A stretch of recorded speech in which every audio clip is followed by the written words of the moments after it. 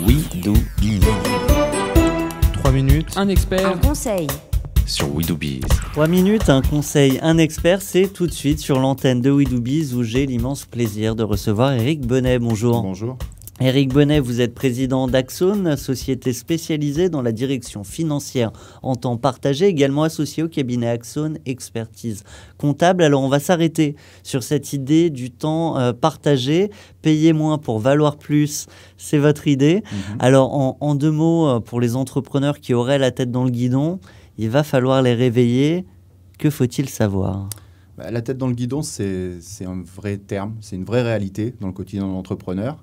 L'idée étant, effectivement, à travers ce système de travail qui est le temps partagé, c'est de pouvoir, quelque part, laisser l'entrepreneur se concentrer sur son cœur de métier, trouver du chiffre d'affaires, générer du business, trouver de nouveaux clients, pour justement pouvoir, entre guillemets, déléguer une partie de ces domaines d'expertise qui peuvent être la gestion, les ressources humaines, la finance au sens plus large, la direction commerciale, à des spécialistes qui vont intervenir au sein de son entreprise, à ses côtés, de façon périodique, mais sur la durée, de façon à assurer un suivi cohérent avec lui.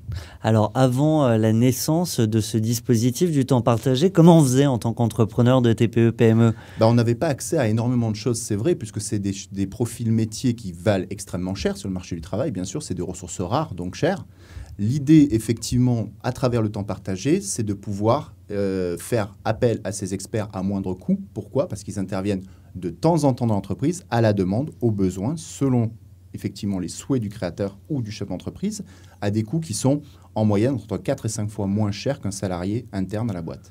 Donc, et du coup, pour un profil high level, comme on dit. Effectivement. Alors, malgré tout, j'imagine que, comme tout dispositif, il y a des limites. Moi, de mon avis personnel, bien sûr, pour travailler dans le domaine, la limite du temps partagé, c'est effectivement que ça doit obligatoirement s'accompagner d'un vrai transfert de compétences entre le spécialiste qui intervient dans l'entreprise et le chef d'entreprise et ses collaborateurs. Ce que je veux dire par là, c'est qu'une mission à temps partagé, ça peut durer 1 an, 2 ans peut-être, mais in fine, une fois que le bilan est fait, il doit y avoir véritablement des compétences et des connaissances qui ont été appréhendées et qui sont utilisables seules par le chef d'entreprise et par ses collaborateurs.